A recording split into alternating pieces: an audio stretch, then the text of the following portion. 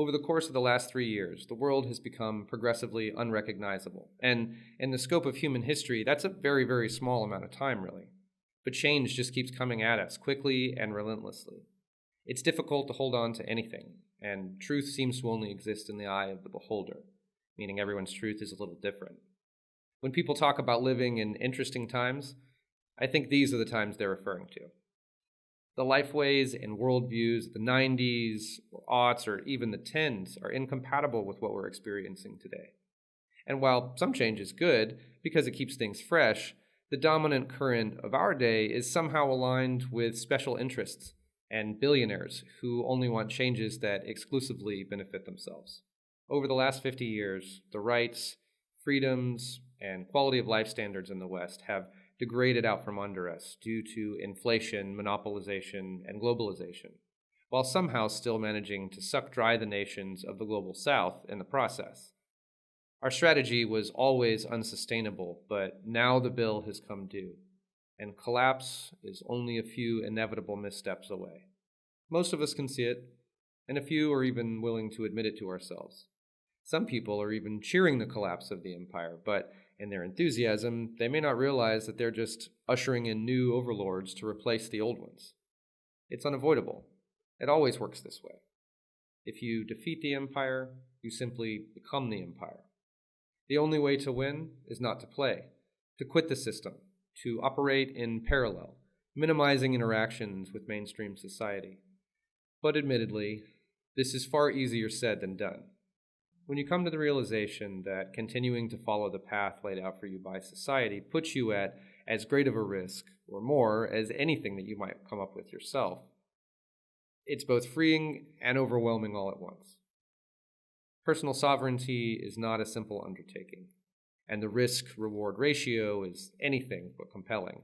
It takes irrational optimism to believe that you can build a better life outside of mainstream society than you can within its confines, because the odds are definitely stacked against you. This irrational optimism may give you the courage to succeed, but it won't give you the means. For that, you're left to your own designs, your own resources, and your own luck, which, given the calamitousness of the coming years, will almost certainly not be enough. A mass exodus from mainstream society into the fringes has already started, as Westerners flee urban environments to rural areas and developing nations. I've dubbed this mass migration event the Great Escape. It's well underway, and I'm sure it will continue over at least the next 5 to 10 years. And I believe that while many people will desire to leave society, more and more as we get deeper into the shit, less will actually take action to realize this goal, and even fewer still will be successful. Because, as I've said, the odds are stacked against you. Now, this is no reason for you to despair, because the odds are nearly always stacked against you in anything that's worth doing in life. Many people probably applied for your job, but only you got it. Many people set weight and exercise goals, but only healthy people achieve them. Just because most people will fail at something doesn't mean that you shouldn't strive for it. Everyone fails at some things and succeeds at others. This means that for everything that exists, lots of people try and fail to achieve it. Dedicated people who won't accept defeat, though, they usually succeed, at least in some part, in achieving their goals. It's about not being willing to accept any alternative outcomes and being willing to do whatever it takes to make it happen. And that obsessive, singular focus is the kind of energy that, when harnessed correctly, can produce magical effects. If you want to break away from the mainstream, quit your job or career, and move to some wild, remote place and become self-sufficient, if this life is calling you like it did me, let me tell you that it is possible. But it's also very difficult. So many things can go wrong. There are so many opportunities to be taken advantage of, or to make a costly mistake, to get hurt, and so on. The risks are many, and the window of opportunity is narrowing. To avoid all of the potential problems and have everything work out in your favor, to be lucky all the time, is asking quite a lot of your natural good fortune. But with magic on your side, you have powerful tools, an impossible reach. You can influence the world beyond your direct control. and shift reality in your favor. To my mind, you'd be crazy to attempt to exit and build without having an effective magical practice in place. Magic played an enormous role in my family's escape from typical American suburban life and our subsequent adventure building sanctuary in the jungle. And though we still have a very long way to go, I can tell you for sure that we literally cannot imagine attempting this project without the support of our spirit team and our magical practice. In this episode, I'll share some of the reasons that we decided to follow this path, the benefits and the challenges involved, and the various types of magical rituals and practices that we've used or discovered in our own escape into the wild.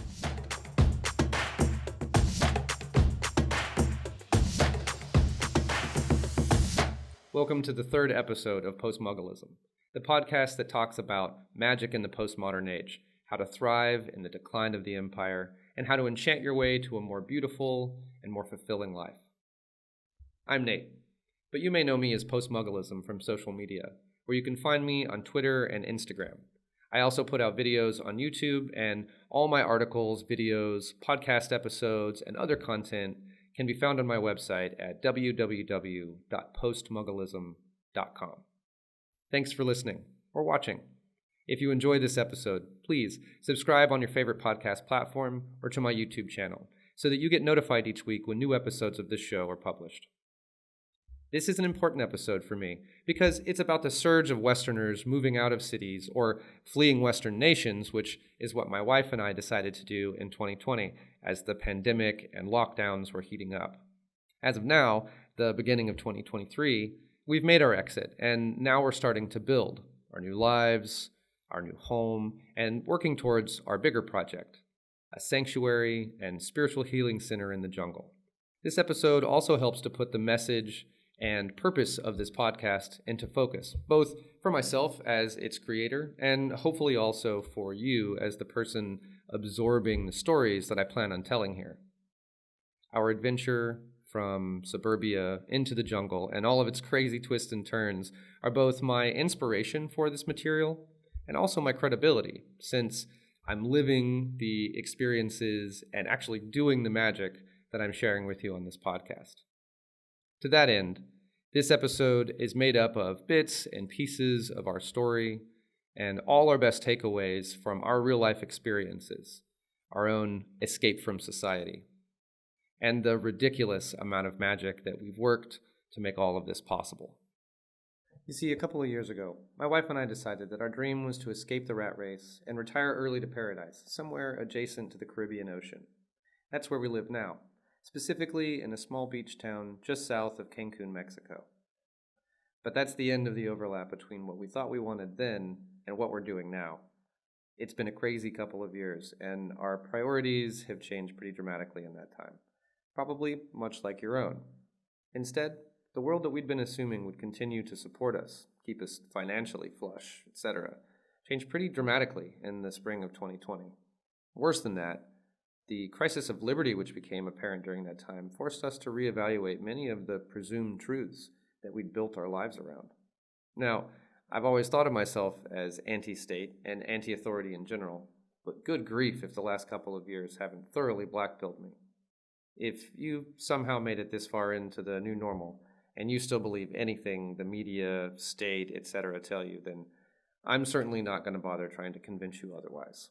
But if you're like me, and you're tired of pretending to be shocked at the decline of Western civilization, and you want to start doing something about it in your life, for your family, for your own sake, then trust me when I say that we attribute 100% of our success and good fortune with this process to our magical practice. Magic helped us grease the wheels of bureaucracy many times on our little adventure. It's helped us find the perfect buyer for our previous home, the one that funded this project, to secure housing here in Mexico, to find and acquire our land, and so many other things.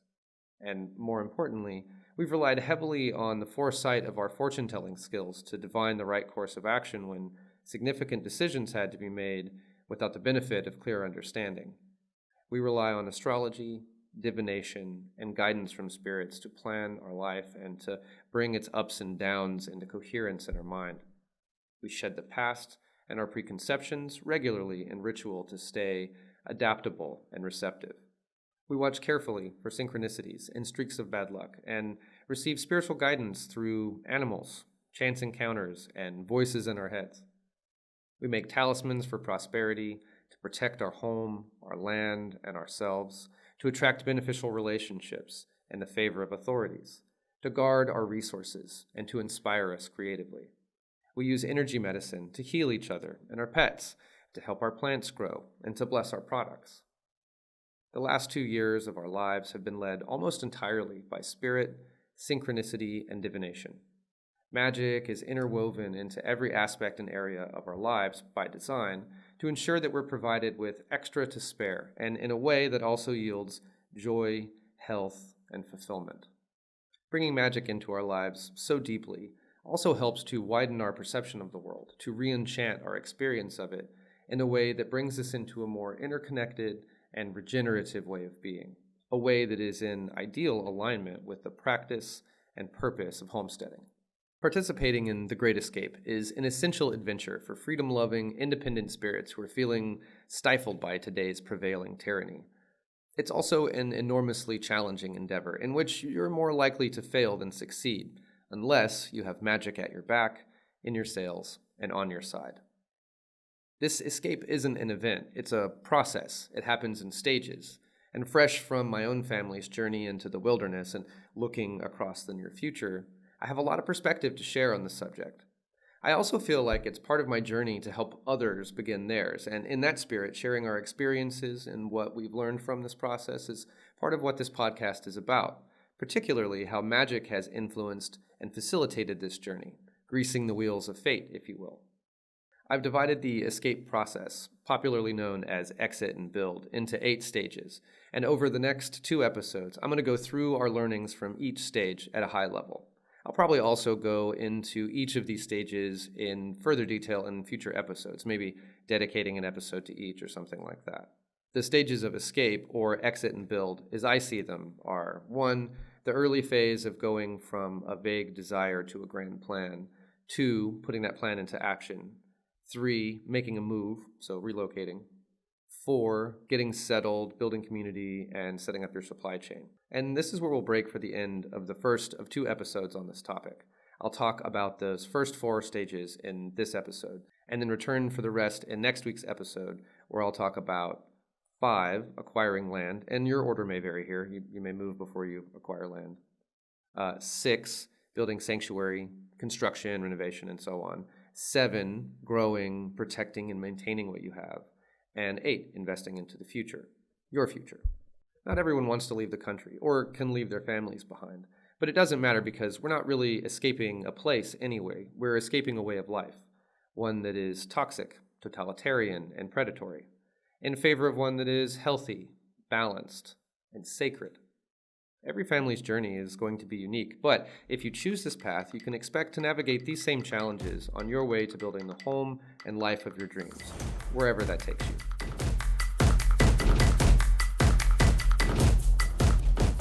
It's difficult to say when our journey into the wilderness began, because in some ways, I've been dreaming about this for years, often unconsciously. I'd also talked about leaving the U.S. for a very long time. I had nearly always dreamt about living abroad, but money, jobs, career, etc. kept me from making any bold moves in that direction. Still, the desire to exit was, and always has been, strong, long before circumstances motivated my wife and I to take action urgently. I don't know if I could feel something coming in the ether, or if I was just reaching a point of no return on my own in regards to my corporate career and our suburban life, but I felt an urgent desire to get out. I went so far as to drag my wife Sarah on vacation to Playa del Carmen, Mexico at the very end of 2019 in hopes of getting her hooked on the dream of a life in paradise, one that would entice her to leave our relatively comfortable life in Dallas and run off with me to the tropics. I didn't know much. I just knew that I wanted to be somewhere else, somewhere warm and fun and beautiful. I remembered the way that I felt when I visited Mexico with my father in my teens, and I wanted to be impressed with a place like that again. Our trip was wonderful, and it worked a charm. Sarah was sold on the idea, but she wasn't in the same kind of hurry that I was.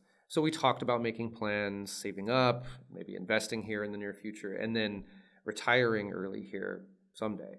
But the timeline had different plans, and 2020 happened not long after that, suddenly making this escape plan our highest priority. And with this, the first phase of the escape process began, moving from thinking about doing a thing to planning how to do a thing.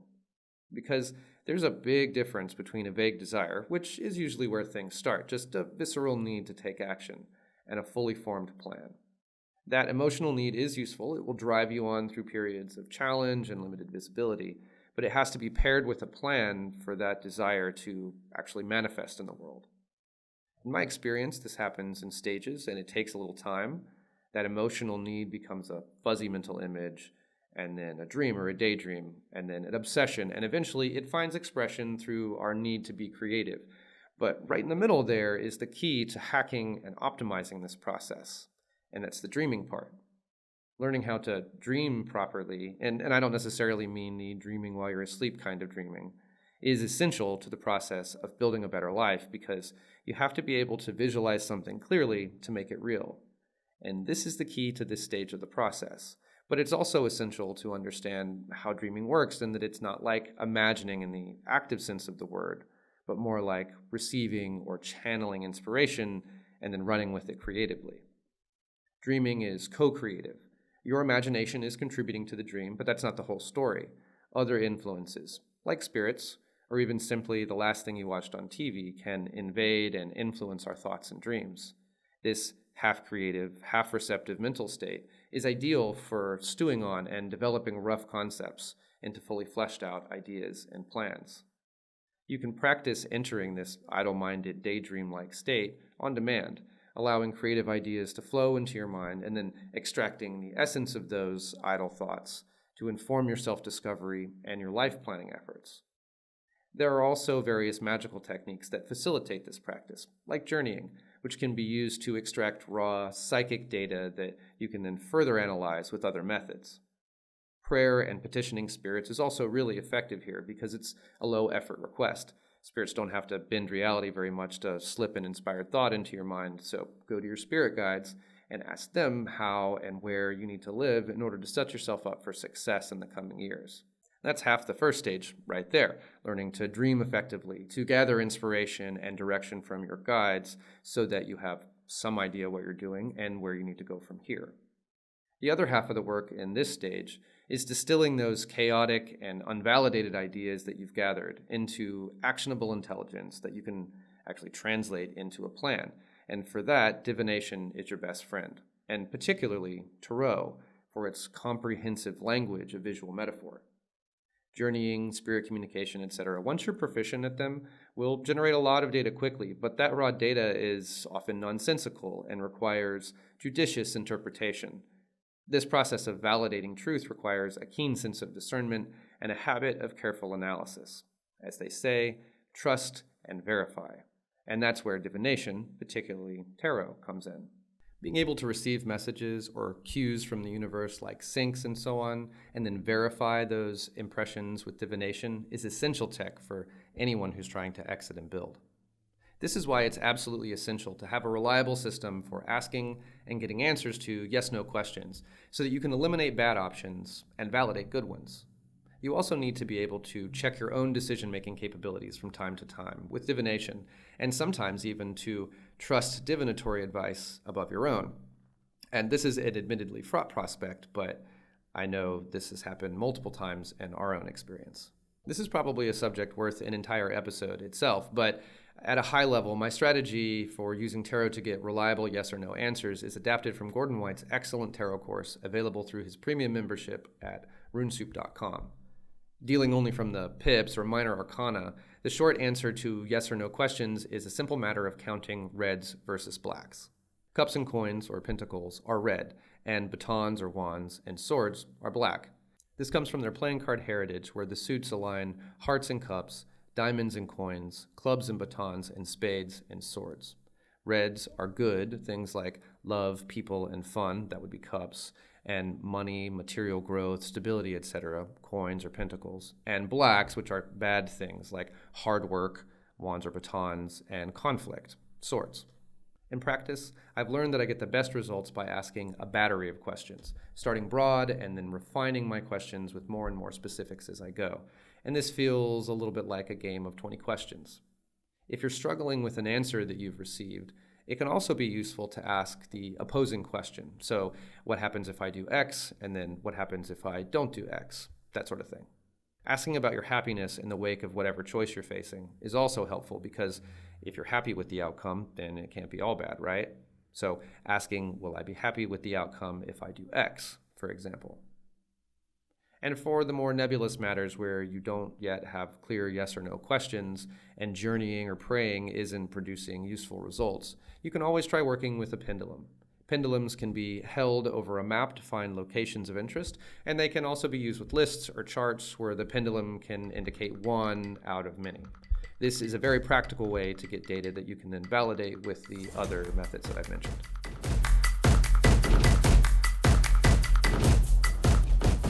If planning your escape feels overwhelming, then just wait until you go out into the unknown and take those first few steps towards this independent life that you're dreaming about. The world gets a lot bigger when you start taking responsibility for your own well-being and future. Of course, having a family of any kind adds even more pressure and responsibility. So a strong constitution is an essential ingredient, and that's something I've personally spent a lot of time praying on.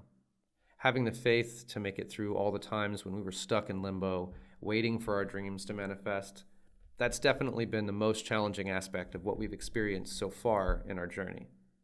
Because there are a lot of things that can go wrong, and some of them definitely will. You have to be able to keep a positive mental attitude and keep your mindset and your actions oriented to your success at all times. We tend to get in our own way more often than other people actively work against us. And this is a recipe for disaster when you're stepping out from the semi-protective covering of modern society. Pursuing this dream is very much an act of swimming against the current, so if you're actively subverting yourself, you are doomed to fail. And this can be both in big and small ways. Self-doubt and self-critical and self-limiting thinking, these mental states can do tremendous damage to your ability to bring your dreams into reality. And particularly in the early stages, it can be all too easy to invent so many reasons why you can't do what you dream about that you convince yourself. To prevent this from happening, I cannot recommend enough that you get at least one really good, thorough energy cleanse from a professional energy healer.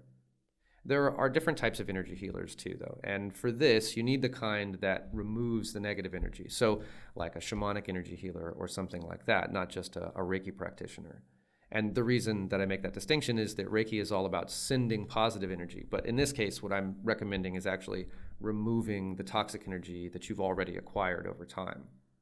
Lingering old energy becomes toxic and gets stored in the mental and physical body as negative patterns of behavior and illness.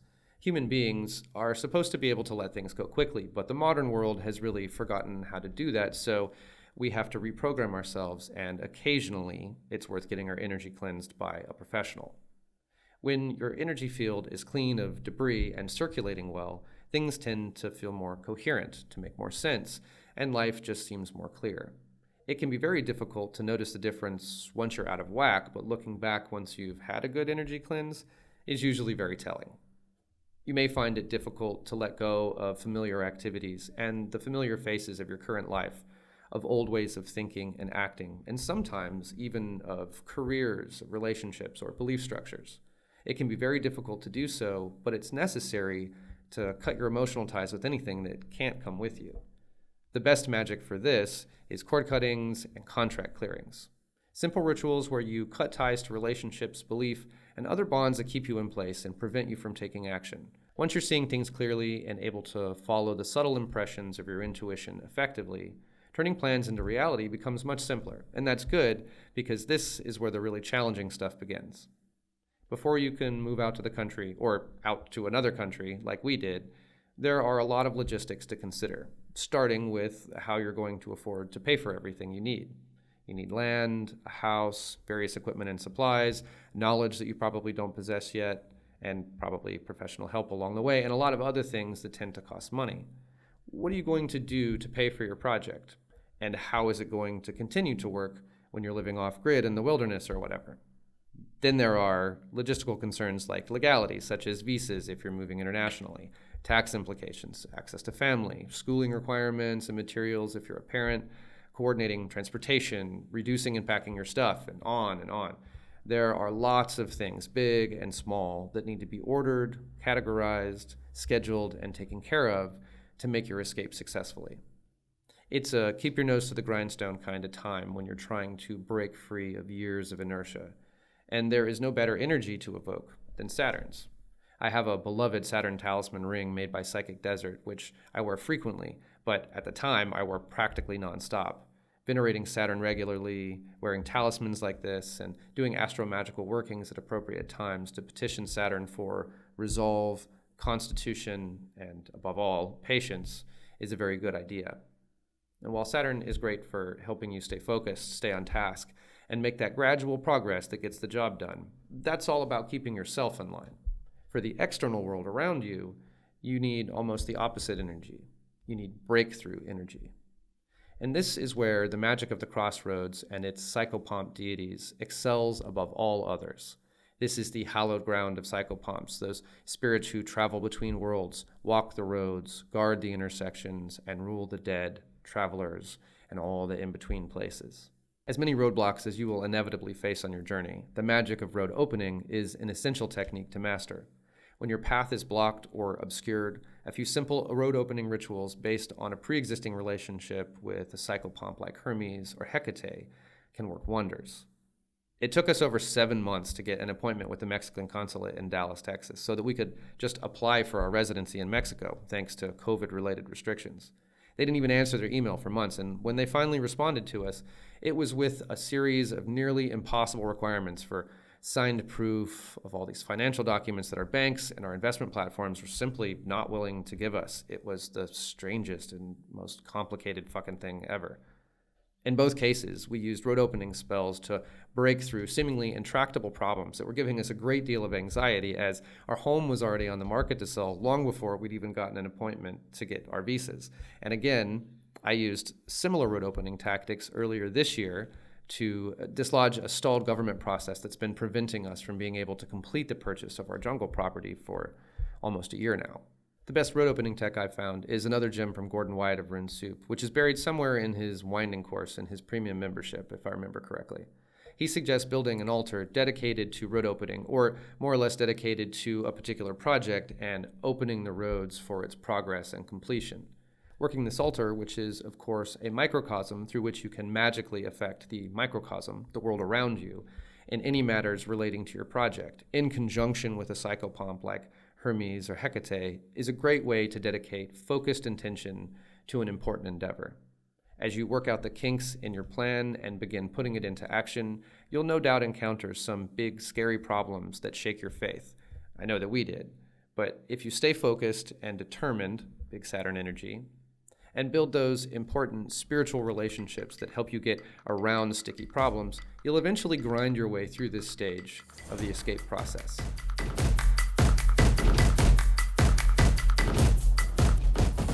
Once your adventure is underway, the most important consideration is how to keep yourself, your family, and your stuff safe as you set off on your grand adventure, moving all your shit to your new paradise. Protection magic is an often ignored part of magical practice, I think primarily because you usually can't tell when it's working precisely because it's working. But when you can drive across the border in 8 days through Mexico in a car filled with your family and belongings, over every bump and rough spot in the road without so much as getting a nail in your tire, the protection magic must be working. Since that was exactly our experience and stuff goes wrong every time that I let it slip, I've learned to prioritize protective magic all the time. The Gorgons, and particularly Algol or Medusa, are ancient terrors which the Greeks placed upon their shields as an apotropaic, or a protective ward. This is the kind of energy you need to call upon when you're exposed to an unsafe world. Algol lives in the heavens in the constellation Taurus as a fixed star, which can be called upon in a typical astromagical working to make talismans or talismanic materia.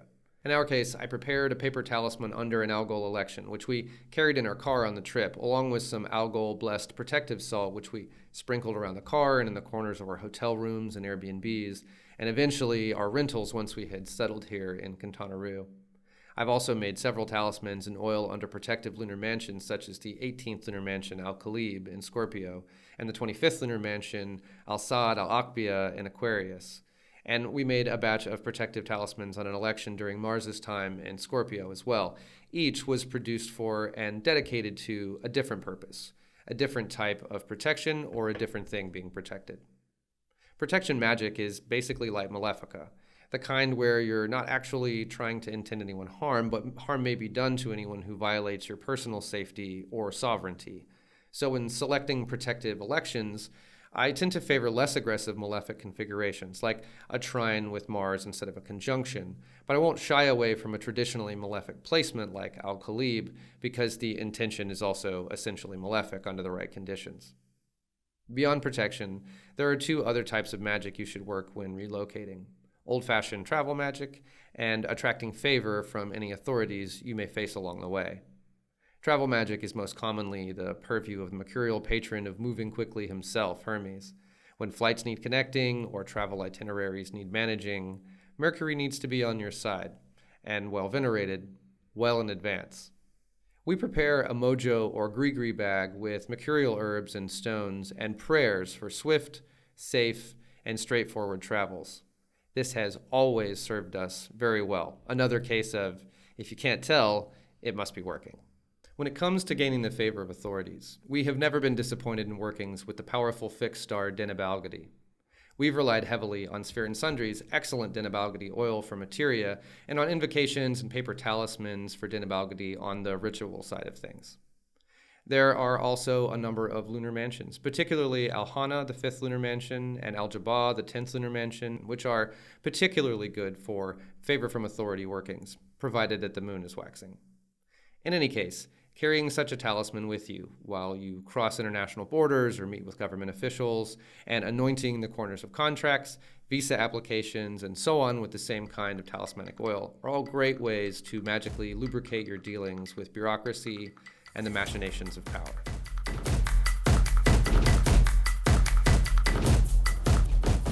Once you've found your place and relocated to it, the real work actually begins. It's not a simple thing to carve a place for yourself in a new community, and it can be even more challenging if there are cultural and language barriers to overcome as well. Before we actually made our move to Mexico, we had a lot of different ideas about what it would be like to settle into a new place, but most of them were wrong. The language barrier is more challenging than we expected, but it's actually the cultural barriers, however, that are the least flexible. Not everyone loves that we're here. Working with the government can be quite challenging, and no one really gives a shit if you're satisfied with the experience or the outcome.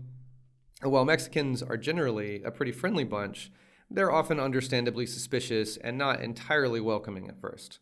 White folks like us have a troubled history with being colonizers, so it's a fraught proposition to move here in the first place, and we recognize that and respect that fact. Still, it makes it difficult to find your place among the locals, whom we admittedly share very, very little with in common anyway. We've made friends with a few of the jungle expats, and they're lovely weirdos like us, and a couple of Rune Supers have even moved here recently, which is amazing. But those kind of meaningful connections have been rare.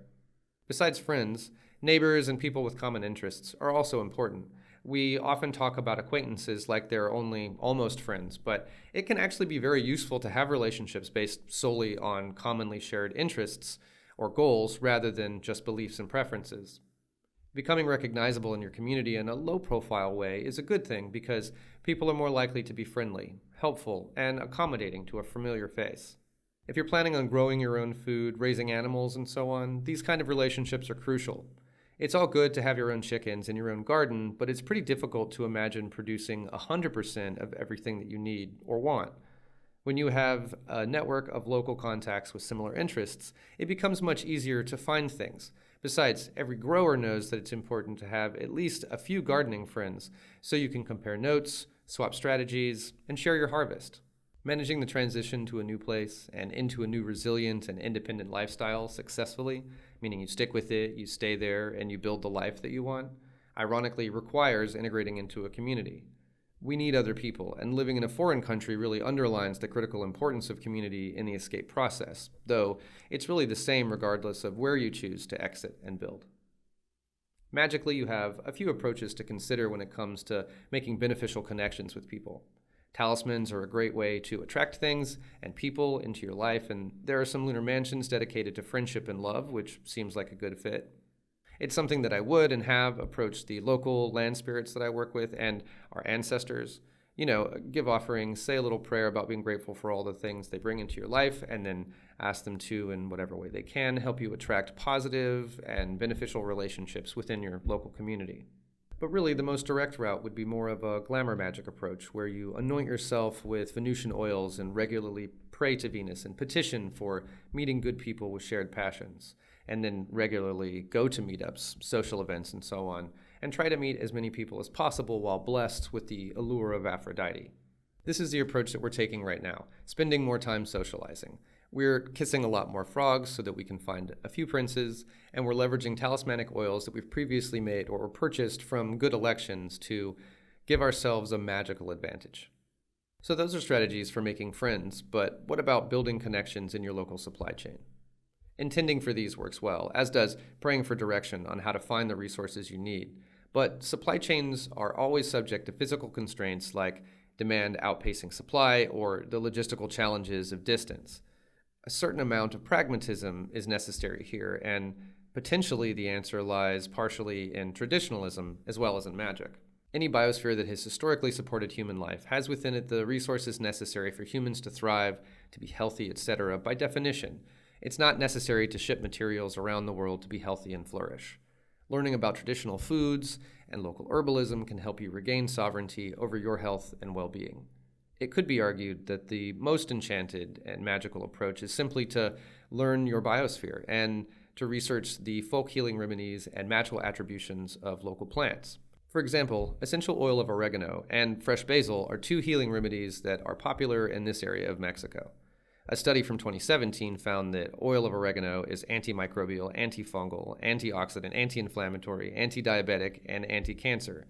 Another study from 2018 found fresh basil to provide relief for and treatment of respiratory, gastrointestinal, kidney, and skin disease. Herba buena, spearmint, is also very popular here and is used to relieve nasal congestion, cramps, digestive issues, as an antispasmodic, anti-inflammatory, particularly for the liver, and even antiparasitic, which is actually very important here. It's interesting to note that it can be difficult to grow many herbs here in the tropics, but basil, oregano, and spearmint flourish and assist with a significant portion of preventative health concerns. There are, of course, other popular herb and plant-based treatments with long histories in this area of Mexico, but my point is that our needs are met with resources that can be produced easily right here within this biosphere and even in our own backyard. Fruits are very plentiful here and provide many of the antioxidants, vitamins, phytochemicals, and other plant-based nutritional elements in our diets. Greens don't grow so well here, so we adapt by consuming a high amount of fruits and sweet potato, called camote locally, which also improves blood sugar regulation, offsetting the high amount of fructose in our diet. In many cases, you'll need to get down to this level of detail in your supply chain management, because it's not only important to know what you eat and where it comes from, but why you eat the foods you consume and how they contribute to and balance your diet and nutrition. Everything in the local environment works together in mostly unseen ways to provide the basic conditions for life to flourish and to continue flourishing. We don't need to ship materials across the planet to support ourselves, but we do have to educate ourselves on the local biosphere and its many natural resources. In the strictest sense, this may not seem magical, but for me, there are few things more magical than the act of growing plants that you then use to sustain and improve the quality of your life and the lives of other people, animals, etc. around you.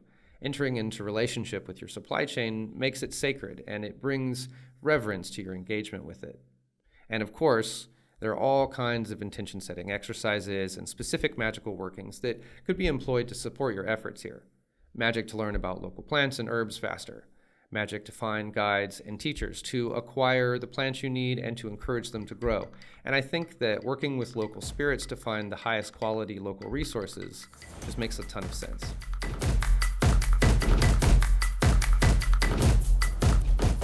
This brings us to the end of part 1 of The Great Escape.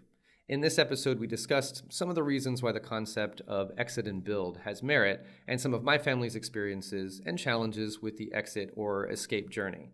We talked about the first 4 of 8 stages of this journey and the challenges and opportunities that arise in each, as well as what kind of magical spells and techniques and ways of thinking can be employed to complete each stage successfully.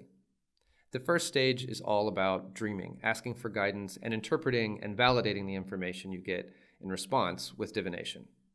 Next, you begin to put your plans into action, preparing to move, getting legalities in order, and doing very mundane things like financial planning. But through all of this, also working magically in the background, venerating Saturn to strengthen your focus and resolve, working astrological magic to gain favor from authorities, and working with crossroads spirits to open the roads ahead of you. When you're ready, it's now time to relocate with your family, and therefore it's also time for lots of protection and travel magic to ensure your safety and smooth travels. Once arriving in your new paradise, getting settled and setting down roots in the community is the first order of business, and with it comes the magic of making friends, dressing yourself with Venusian oils and going out to events, petitioning your guides and local spirits to find good people, and so on. And at the same time you're building social connections, you're also going to be setting up your family's supply chain, where your food and other resources come from. Spending time learning local recipes, remedies, and wellness regimens brings you into resonance and deepens your trust in the natural world. As homesteaders, growers, and custodians of land, this trust is an essential part of entering into relationship with place. In the next episode, we'll cover the 4 remaining stages and conclude with a summary of useful takeaways to remember from both episodes. Subscribe now so that you can tune in next week for part 2 of The Great Escape here on the Postmugglism podcast. Thanks for listening or watching, and I'll see you in the next episode.